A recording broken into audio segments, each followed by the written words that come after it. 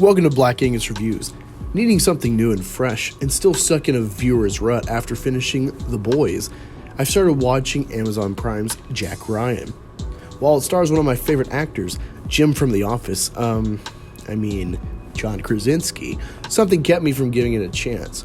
Needless to say, I've started, and here's what I'm noticing in the first 2 episodes that I think you should be cognizant of if you start the show, as I expect these details to be a key factor in the overall direction. The series starts in 1983 Lebanon. 2 boys are playing and doing chores when military jets start bombing the city they inhabit. It's important we note 1983 Lebanon, as this was during the Lebanese Civil War, in which the U.S. was in fact involved. After the show's opening with the 2 Lebanese boys we have no idea about, we then see the routine of the title lead, Jack Ryan, an economics analyst well devoted to maintaining his body, largely in solitude, wrapped up in the grind for the CIA. After a near miss on his bike, the story thread comes full circle, the man he pissed off on the road now turning out to be his superior. We then come to Haneen Suleiman, wife of a terrorist leader, not yet revealed, having an engagement with his compatriots, staying at his compound, to the irritation of his wife Haneen. The interesting thing about this setup to pay attention to is that even in a film like Lone Survivor, one that gave a more in-depth look at the inside life of people opposed to us in the War on Terror, I don't recall a major work in this realm ever giving an Islamic woman a prominent role, much less showcasing her as a character with agency. Expect her role to be meaningful, whether or not her time is short-lived. Later on, Ryan soon is pulled into direct on-the-ground dealings with the suspects he's aided in surveying, brought against his will. Clearly, he has a history in need of unfolding that largely impacted his life, the Arab conflicts, and now he's unexpectedly back in the thick of things. When trying a different approach with the main suspect, the base is attacked on 2 fronts.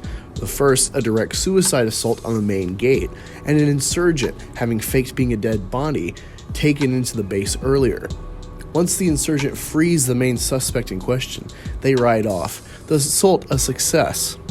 Ryan and company are in shock at the injustice and slaughter brought on the base. Simultaneously, the suspect and insurgent embrace as they ride off, being revealed to be the boys from the beginning of the pilot. Now I'll get back to that point in a moment.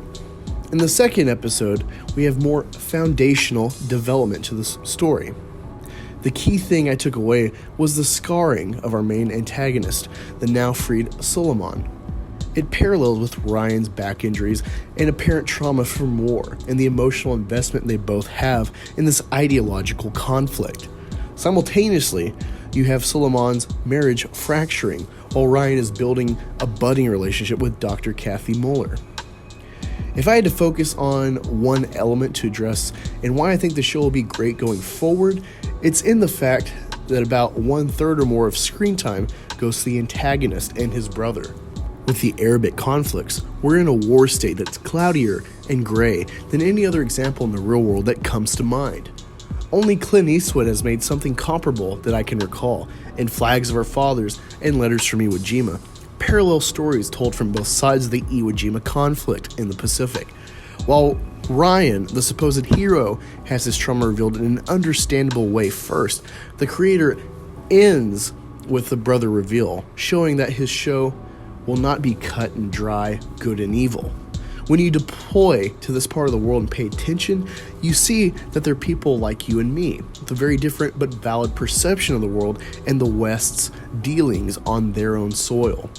While it's not revolutionary to have deconstruction in film and art, I find in the context of the War on Terror, this is a very honest portrayal of the reality we face globally, and one long overdue, yet never feeling disingenuous and pandering to a trendy social cause. That's my take today. Have you seen Jack Ryan, or are you going to start the show with me? Let me know in the comments, and please be respectful. Keep all spoilers contained in the pinned comment thread. See ya in the next video. Thanks for watching. If you enjoyed, like, share, subscribe, hit the bell, and if you want to help support future creations, consider becoming a patron, heading to the merch store, or dropping a tip via STREAMLABS, all linked below. Check out the channels listed below as well, and join the chat for my live shows Wednesdays and Fridays. Hey, want to follow me on Twitter? It's at Angus Reviews. See you there.